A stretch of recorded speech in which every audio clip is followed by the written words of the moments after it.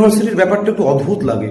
এই রিসেন্ট যে র্যাঙ্ক হলো আর কি, সেখানে পশ্চিমবঙ্গের মধ্যে নাম্বার 1 এবং ভারতবর্ষের মধ্যে প্রথম 10-এর মধ্যে। কিন্তু সেখানে এই রিসেন্ট ইংরেজি বিভাগের 3য় বর্ষের ছাত্রী অনামিকা মণ্ডলের মৃত্যু আবারও একটা প্রশ্নচিহ্নের মুখে ফেলে দিল এই বিশ্ববিদ্যালয়কে।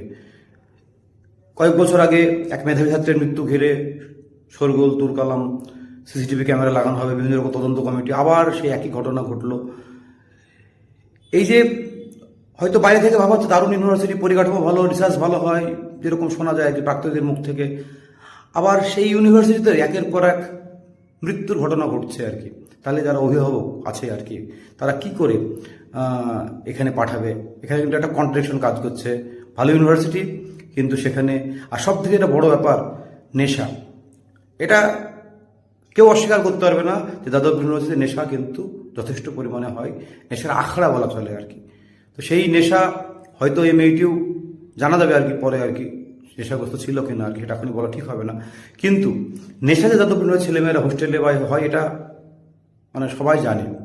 তবুও প্রশাসন কেন ব্যবস্থা নিচ্ছে না, বা কেন ব্যবস্থা নেওয়ার এরকম উপযুক্ত ব্যবস্থা নেই, ব্যবস্থা নেওয়ার উপযুক্ত ব্যবস্থা নেই আর কি, সেটা সরকার ঠিক করবে। কিন্তু দ্রুত একটা কিছু করা দরকার বলে আমার মনে হয়, নাহলে নিরাপদ নয়। ধন্যবাদ।